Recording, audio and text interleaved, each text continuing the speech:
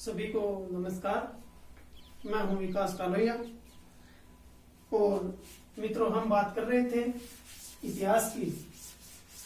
और भारत के इतिहास में मित्रों, आज हम बहुत ही महत्वपूर्ण व्यक्ति की बात करेंगे। उसके बाद हम सल्तनत काल के बारे में पढ़ेंगे। मतलब है सल्तनत काल जो मध्य भारत की जो हिस्ट्री है 1206 से लेके और 21 अप्रैल 1526 तक का जो इतिहास है, उस इतिहास को सल्तनत काल या मध्य भारत का इतिहास के नाम से इनको जाना जाता है। और मित्रों, इनमें 5 वंश आते हैं। सल्तनत काल में कितने वंश है मित्रों? सल्तनत काल 1206 से लेके और 21 अप्रैल 1526 तक का जो समय था, इस समय को मित्रों सल्तनत काल के नाम से जाना जाता है। और इस काल में 5 वंश हुए हैं, जो मैं आपको थोड़ी सी हेडिंग बता देता हूं। जैसे गुलाम वंश,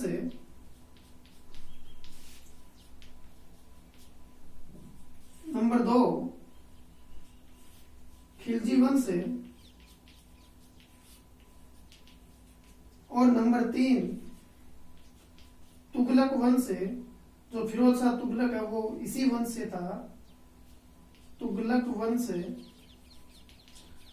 और मित्रों नंबर 4 हम बात करें तुगलक वंश के बाद में सैयद वंश है, और सैयद के बाद में नंबर 5 है लोधी वंश। तो मित्रों सल्तनत काल में 5 वंश आए। और कुतुबुद्दीन ऐबक से लेके हम लोधी वंश का इब्राहिम लोधी तक की हम बात करेंगे।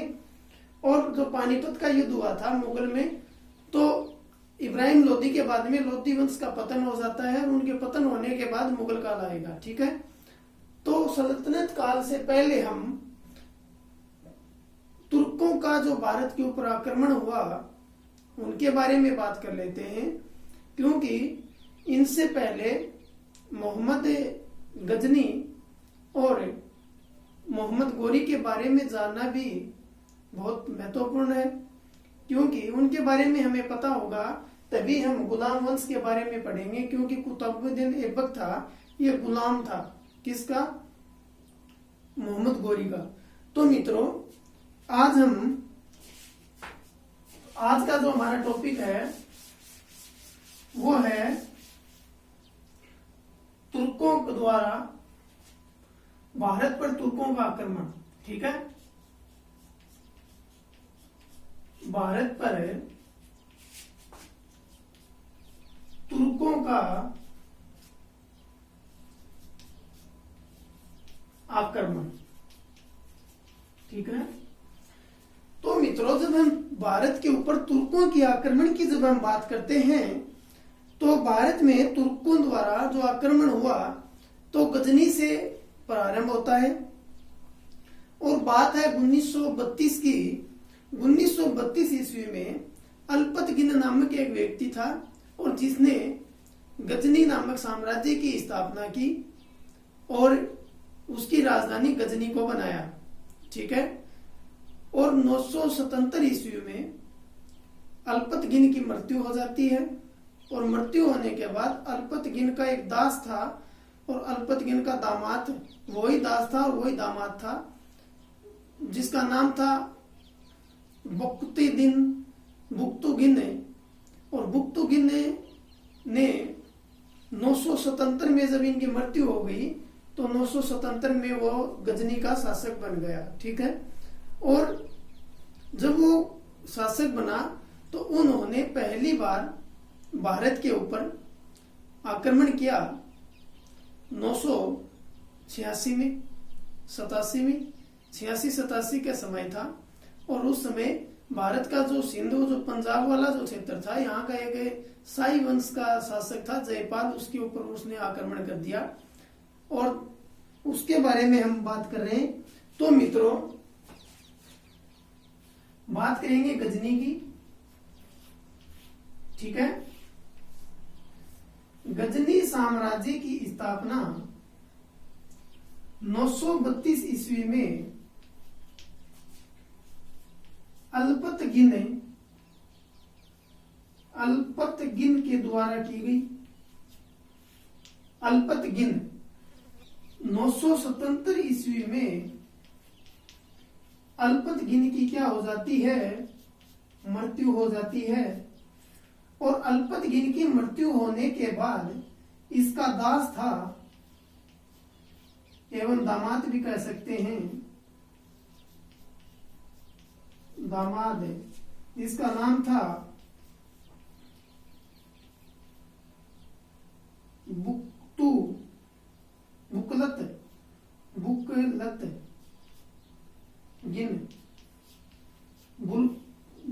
गिन, बुकलत गिन शासक बना।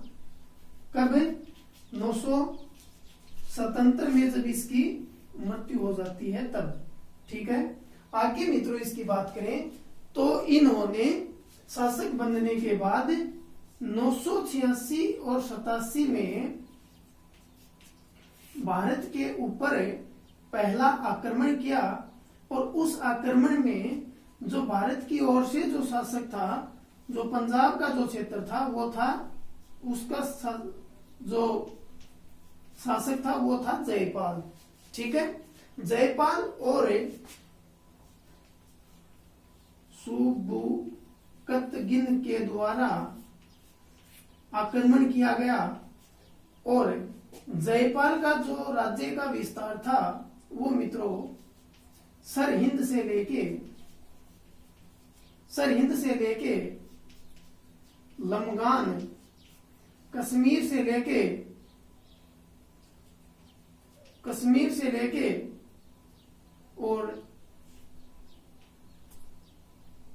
लेके मुल्ताना। तो जयपाल का जो साम्राज्य का जो विस्तार था वो सरहिंद से लेके लमगान तक और कश्मीर से लेके मित्रों मुल्तान तक फैला हुआ था। ठीक है, और सबुकतगिन ने लमगान के ऊपर आक्रमण किया। और इस आक्रमण में इन दोनों जयपाल की क्या हो जाती है, पराजय। और पराजय होने के बाद इन दोनों के बीच में संधि होती है। ठीक है, संधि हो गई। और संधि होने के बाद ये जब लाहौर आते समय जयपाल लाहौर पहुंच गए और लाहौर पहुंचते ही इन्होंने संधियों को मानने से इनकार कर दिया। ठीक है, जब ये इनकार करेगा तो बताओ सुबुकतगिन फिर से आक्रमण करेगा। तो इसके ऊपर 991 ईस्वी में जयपाल के ऊपर इन्होंने पुनः आक्रमण किया। और पुनः आक्रमण किया तो लमगान वाला जो क्षेत्र था इस क्षेत्र के ऊपर इन्होंने अधिकार कर लिया। और अधिकार करने के बाद जयपाल ने अधिकार कर लिया। अधिकार करने के बाद जयपाल वापस भारत आ गया।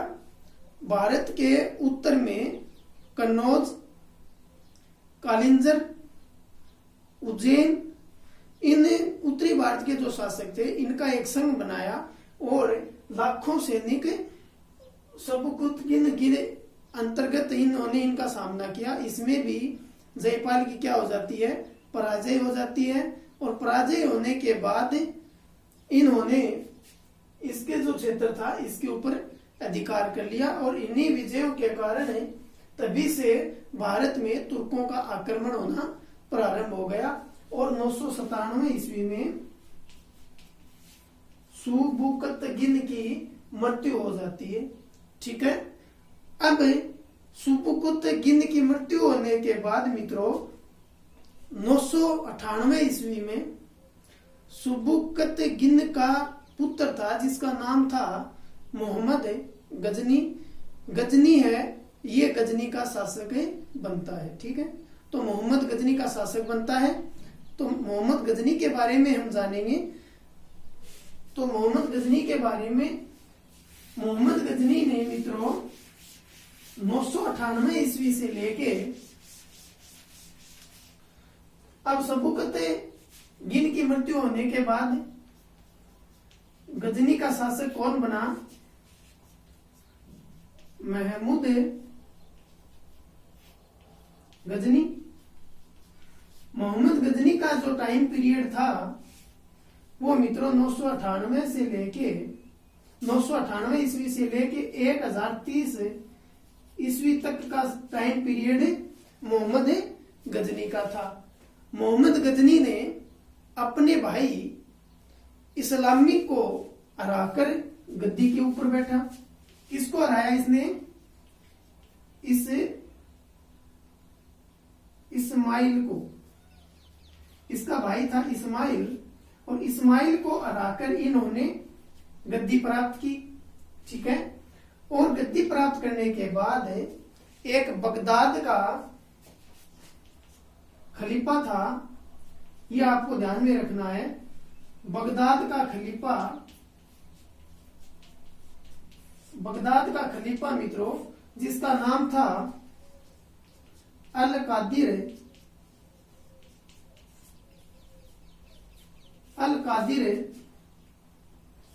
बिल्ला। अल कादिर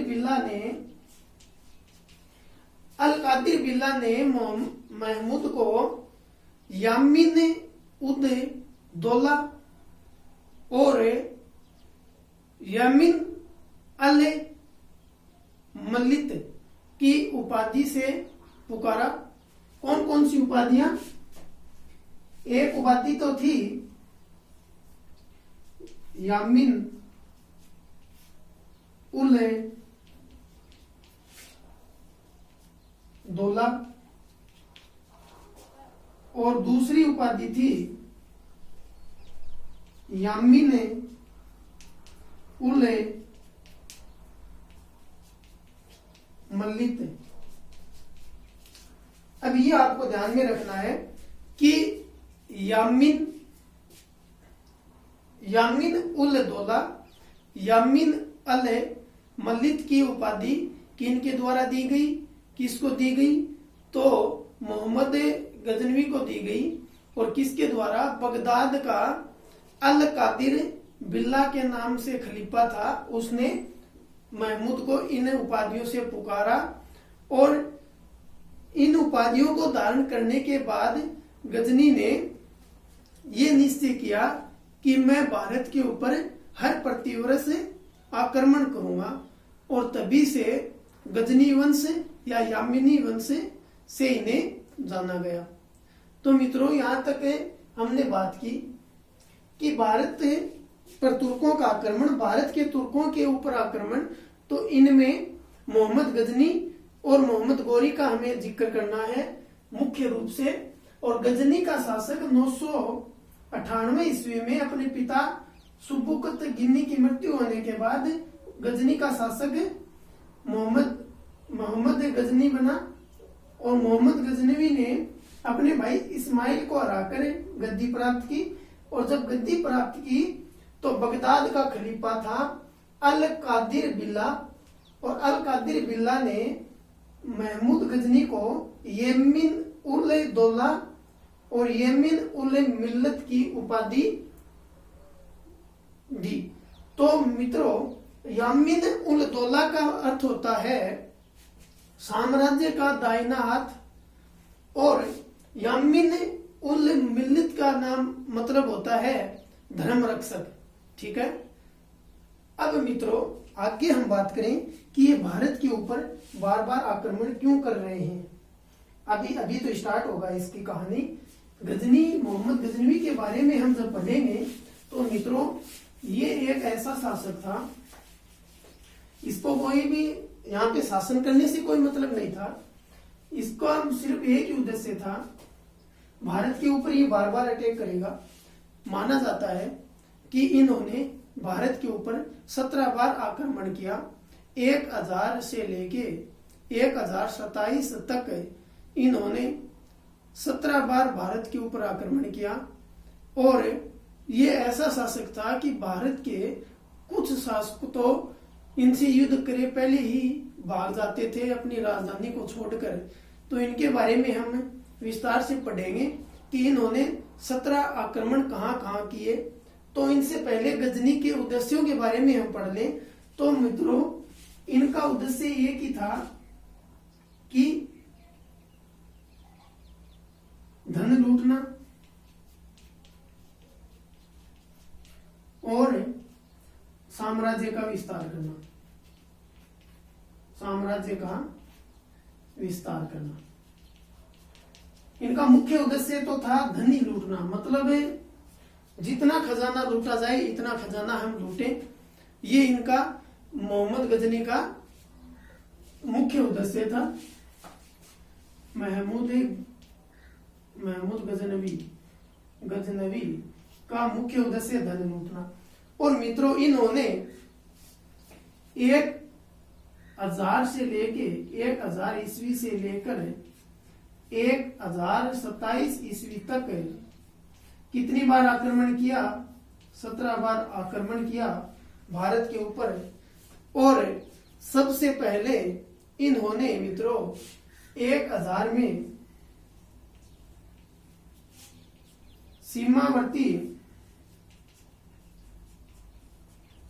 सीमावर्ती दुर्गों के ऊपर आक्रमण किया।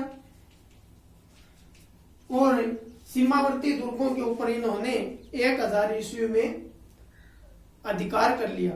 तो ये तो था इसका पहला आक्रमण। अब मैं 17 आक्रमण बताऊंगा कि मोहम्मद गजनवी ने 17 आक्रमण कौन कौन से किए।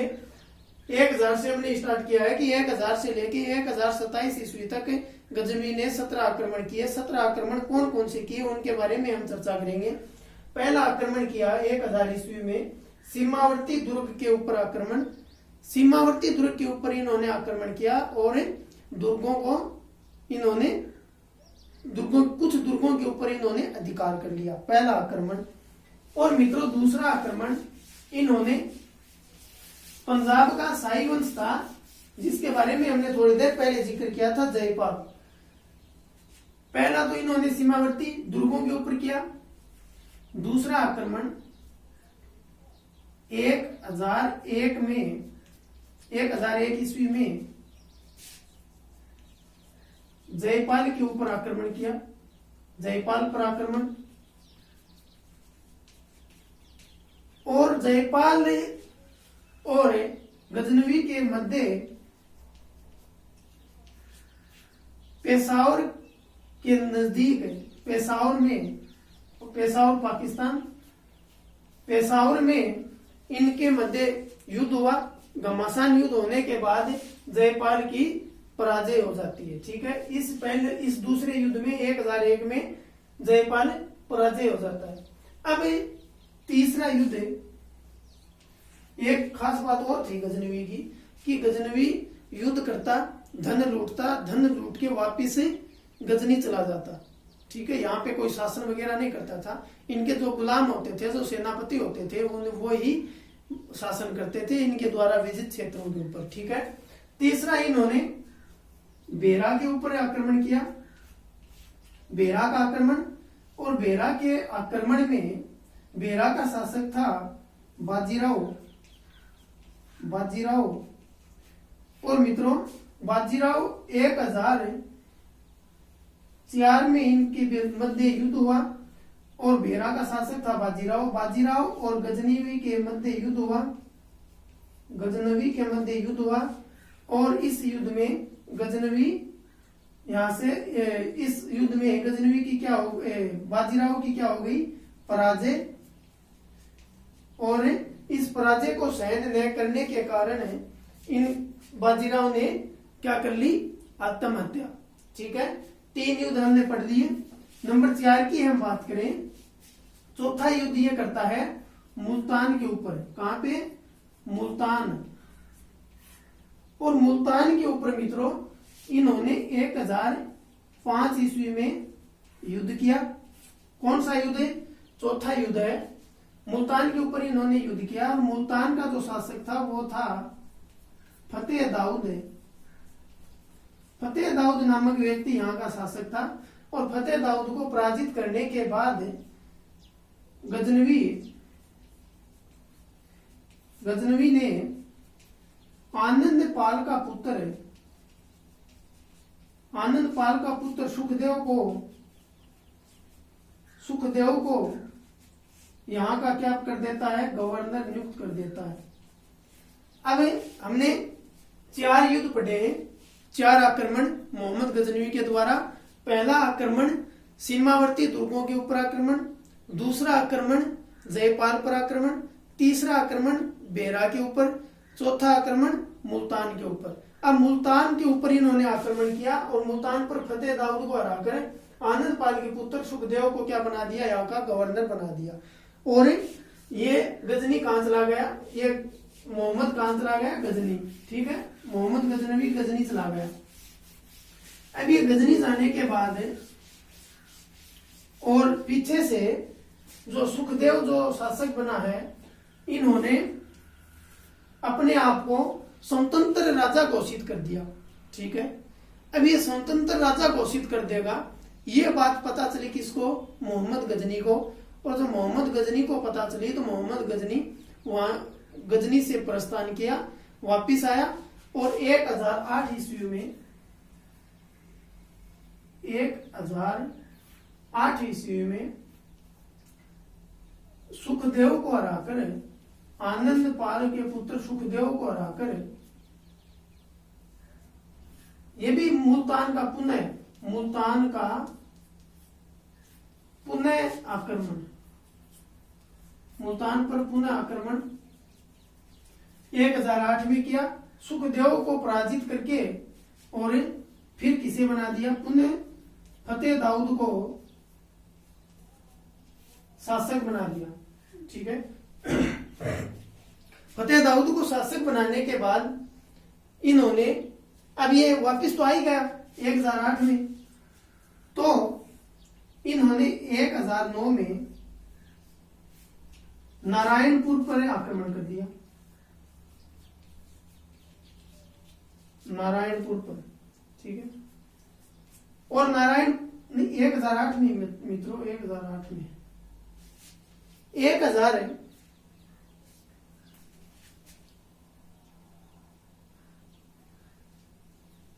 1008 ईस्वी में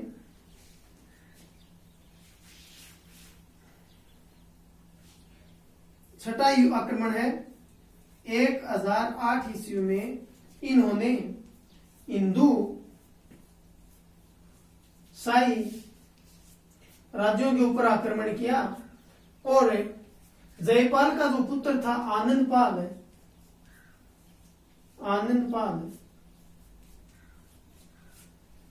पाल ने भारत के उत्तरी प्रांत के जो कन्नौज, कालिंजर, उज्जैन, दिल्ली, कश्मीर, ग्वालियर, यहाँ के शासकों को एक किया और गजनी के सामने इन्होंने युद्ध किया और इस युद्ध में आनंद पाल पराजित हो गया।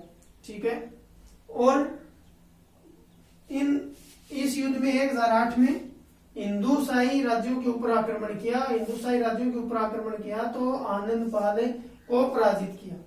इन्होंने कितने आक्रमण कर लिए? 6। अब हम बात कर रहे हैं 7 की। 7 का जो था वो था नारायणपुर के ऊपर आक्रमण किया 1009 में। 1009 में इन्होंने आक्रमण किया और 1009 में आक्रमण करके नारायणपुर को खूब लूटा। ठीक है, 8वां जो आक्रमण किया वो किया मुल्तान पर पुनः आक्रमण, मुल्तान पर फिर आक्रमण किया इन्होंने और 1010 में मुल्तान को फतेह दाऊद को हराकर मुल्तान को गजनी में मिला लिया। हमने बात कर ली 8 आक्रमणों की। ठीक है, 17 आक्रमण पढ़ रहे हैं, 8 आक्रमणों की हमने बात कर ली। अब मित्रों आगे बात की जाए 9वें आक्रमण। 9वां जो आक्रमण हुआ वो हिंदुशाही राज्यों के ऊपर आक्रमण किया। 9वां आक्रमण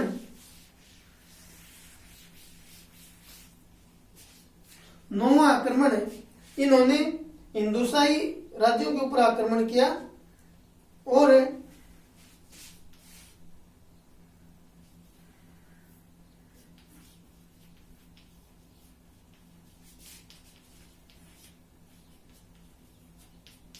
राज्यों पर आक्रमण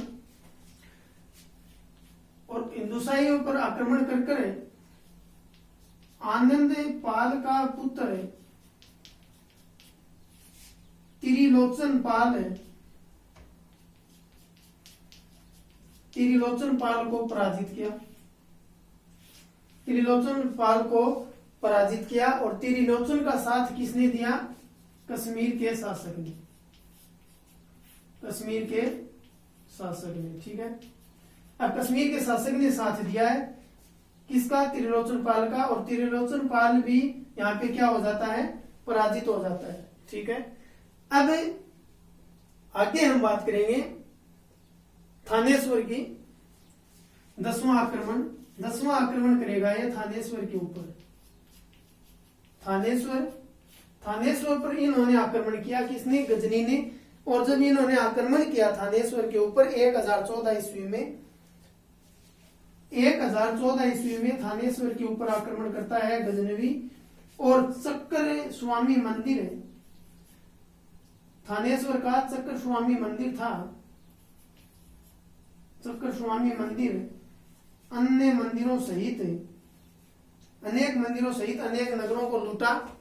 ठीक है, थानेश्वर के ऊपर भी आक्रमण किया 1014 ईस्वी में।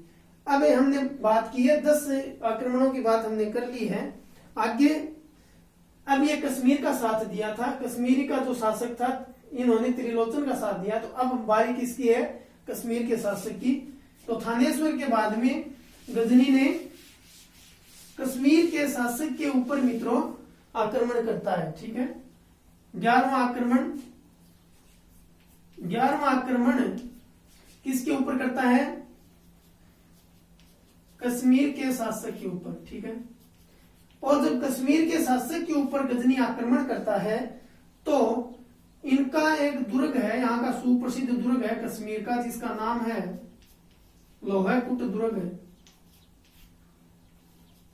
और इस दुर्ग की अच्छी घेराबंदी होने के कारण इस दुर्ग को जीत नहीं सका कौन?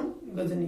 ठीक है, अब 12वां जो आक्रमण है वो है मथुरा और कनौज का। मथुरा और कनौज का आक्रमण, कनौज का आक्रमण।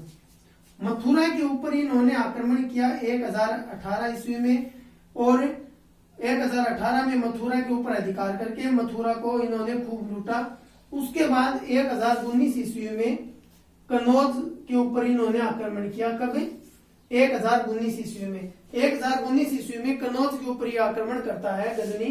तो यहाँ का राजा था, यहाँ का राजा का नाम था राज्यपाल। और ये राज्यपाल आक्रमण करने से पहले ही भाग गया। ठीक है, आक्रमण करने से पहले ही राज्यपाल कनौज को छोड़कर भाग गया। अब आगे बात करेंगे कितने 12 आक्रमण हो गए। 13वें आक्रमण की हम बात करें तो 13वां आक्रमण है कालिंजर। कालिंजर, कालिंजर के ऊपर आक्रमण करता है। और कालिंजर का जो राजा होता है जिसका नाम है विद्याधर। और विद्याधर मित्रों ग्वालियर के शासक के साथ मिलकर इस राज्यपाल की हत्या कर देता है। और राज्यपाल की हत्या करने के बाद इनके ऊपर गजनी आक्रमण करता है 1020 में। ठीक है, 1020 में गजनी आक्रमण करता है और विद्याधर को पराजित कर देता है। ठीक है, उसके बाद हम बात करेंगे 14 नंबर की।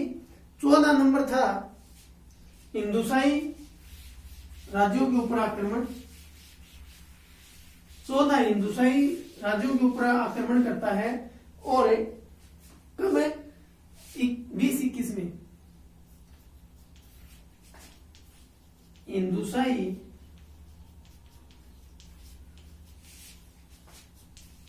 राज्यों के ऊपर आक्रमण 1020 और 21 में, और 1020-21 में पंजाब को किसमें मिला लेता है? गजनी में मिला लेता है, गजनी में मिला लेता है। ठीक है, बात करेंगे 15 नंबर की। तो मित्रों 15 नंबर का जो कालिंजर का ऊपर पुनः आक्रमण किया 1022 में, कालिंजर के ऊपर आक्रमण करता है 1022 में, और विद्याधर ने गजनी के साथ क्या कर ली? संधि कर ली। ठीक है, अब सबसे महत्वपूर्ण जो आक्रमण था वो था सोमनाथ का मंदिर, जिसको खूब